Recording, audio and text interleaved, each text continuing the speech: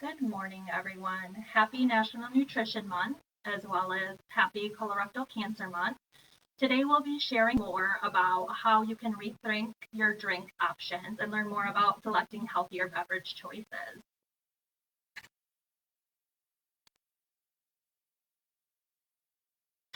We know that water is essential to life, and water is viewed as sacred in many Native American tribes and nations.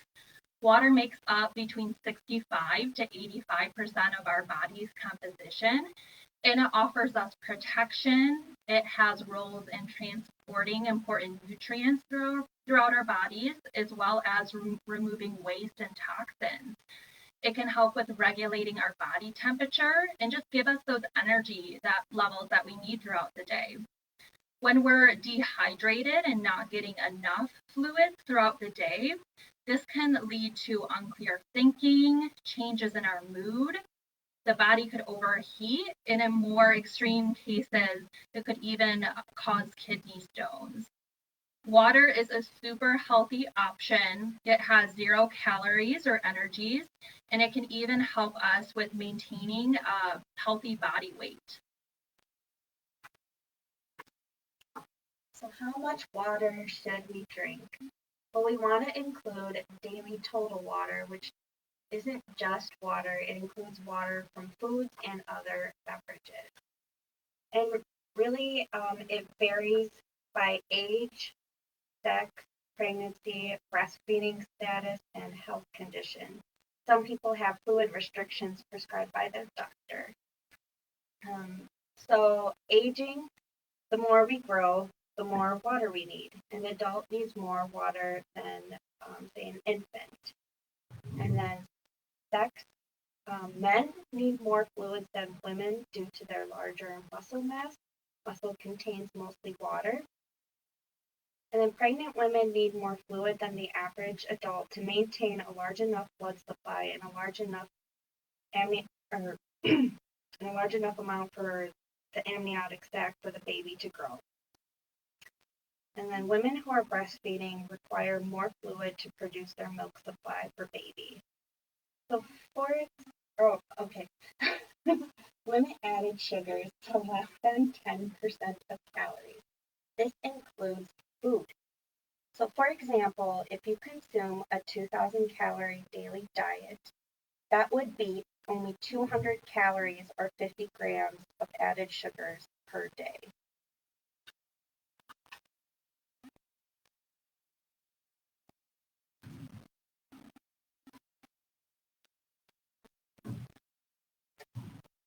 Sugar-sweetened beverages, or also referred to as sugary drinks, are the leading source of added sugars in the American diet, and most of us are drinking way too many added sugars.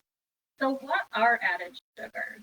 Well, they're any liquids that are sweetened with various forms of added sugar, or sugar-sweetened beverages are any liquids that are sweetened with different forms of added sugar. So some examples would be corn sweetener, corn syrup, fructose, high fructose corn syrup, honey.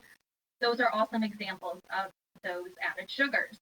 Popular sources of sugar-sweetened beverages would include regular soda, fruit drinks, sport drinks, energy drinks, sweetened waters, as well as coffee and tea products with added sugar. Limiting these sugary drinks can overall help us with maintaining a healthy weight, especially when we swap them for healthier beverage choices. So currently 6 in 10 youth and 5 in 10 adults drink a sugar-sweetened beverage on any given day. And the average American consumes approximately 39 pounds of sugar per year from soda and other sugary drinks. When we consume excess amount of these sugary drinks, this can increase our risk of certain conditions such as cancer, obesity, type 2 diabetes. It can also lead to dental decay and liver, kidney, as well as heart disease related conditions. So sugar sweetened beverages They have really no nutritional value, and they're extremely high in calories or energy.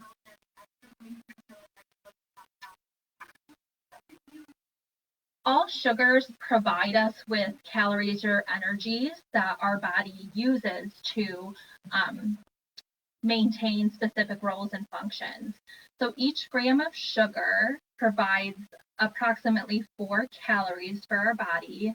And our bodies break down sugar and other carbohydrates into glucose. And glucose, often called our blood sugar level, is our primary energy source for the body. So sugars can either be naturally present in foods and beverages, or they can be added, and that's to sweeten, preserve, and kind of improve some functional properties of foods. So some examples of sugars that are found naturally in food, this would include any type of dairy product like milk and yogurt, as well as fruit, and even in some vegetables, sugar is naturally occurring. Added sugars, the two main sources of added sugars in our diet come from the sugar sweetened beverages, as well as snacks and sweets like baked good items.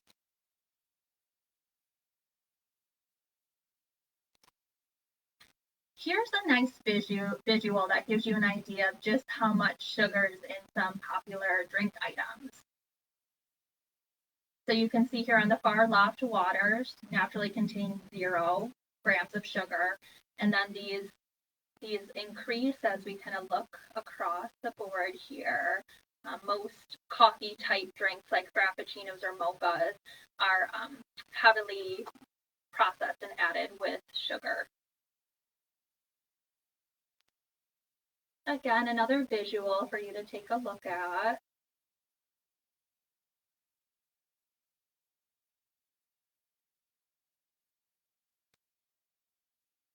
The nutrition facts label can be a really helpful tool when we're trying to monitor how much sugar we're ingesting with different popular food and beverage items.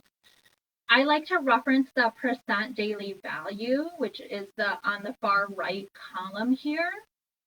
So you're going to see total sugars as well as added sugars.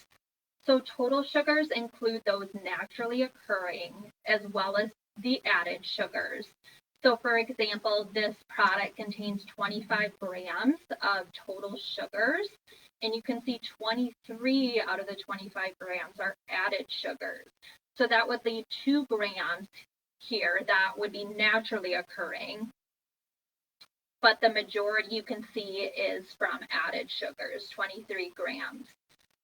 The percent daily value shows that this product, 8 fluid ounces of this beverage would be 46% of our day's allotment of added sugar. So when selecting healthier beverage items, we want to look for added sugar 5% or less per serving size is a healthy option. You can also use the ingredient list which will be listed under the nutrition facts label, typically on products. And this is a way for you to see if you're drinking a beverage that has added sugar in it. So if you see any of these names listed in the ingredient list, such as high fructose corn syrup, honey, sugar, dextrose, corn syrup, that means that the item you're consuming does contain those added sugars. Here's an example of a nutrition facts label as well as the ingredient list for a popular drink item. This is Powerade Mountain Berry Blast. So again, we can draw our attention to the added sugars section of the nutrition facts label. And again, the percent daily value, we want to try to keep that at 5% or less when selecting a healthy beverage item. So we can see if we consume this whole bottle of Powerade, we're at close to 70% of our day's allotment of added sugar. And then when we look over at the ingredient list, we can see water is listed as the first ingredient here.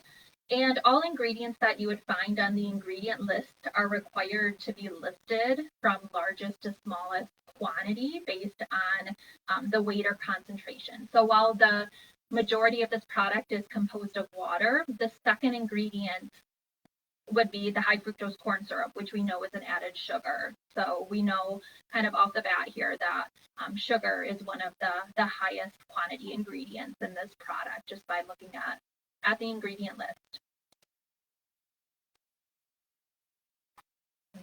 So are artificial sweeteners okay? If we're going to be avoiding some sugary beverages, a substitute that is often made is like diet drinks, but these diet drinks include artificial sweeteners. So the Food and Drug Administration, or the FDA, has recognized these artificial sugars as safe in moderation. Saccharin, which we know as sweet and low, acesulfame K, sucralose, which we know as Splenda, neotame, aspartame, which we know as equal, advantame, stevia, and monk fruit. However, research is limited. In some studies, artificial sweeteners caused bladder cancer and brain tumors in rats, but it could not be proved that it caused cancer in humans. One study concluded that heavy artificial sweetener use, greater than 1,680 milligrams per day, may increase the relative risk of bladder cancer in humans. To put that into perspective, one packet of Sweetened Low is 36 milligrams of saccharin. You would have to consume about 47 packets of Sweetened Low per day to increase your risk for cancer. So which one is better than the other? The argument is that stevia and monk fruit are better for you because they come from plants and aren't artificially made. But like all the other sweeteners listed, more research needs to be done on long-term effects. So talk to your doctor or a dietitian to see if artificial sweetener use is right for you. Some tips to drink more water. Always carry a water bottle with you. Have a glass of water next to you at home or when you're at work. We get busy sometimes, so if it's out of sight, it's out of mind, so we want to keep it in sight. And then pour a glass with every meal. Choose water when eating out. This is healthier and it also saves you money. And then set reminders on your phone or use a water tracker app. For Apple, you can get a water reminder and tracker app. And then for Apple and Android, there's always Fitbit, which you can set your Fitbit to remind you every so often to take a drink of water. And here's another cute app called Water Time. It helps you track your water and it sets goals, and you can choose for reminders every hour, every 3 hours. So it's very helpful. Here's some ideas just to spice up your water a little bit. If you want to add some natural flavor to your water without adding any extra sugar, you might try adding some fresh fruit, such as berries, citrus like lemon, lime, or orange are really tasty in water. You can even buy frozen in the summer as it gets warmer. Frozen fruit can be really nice to add in our water.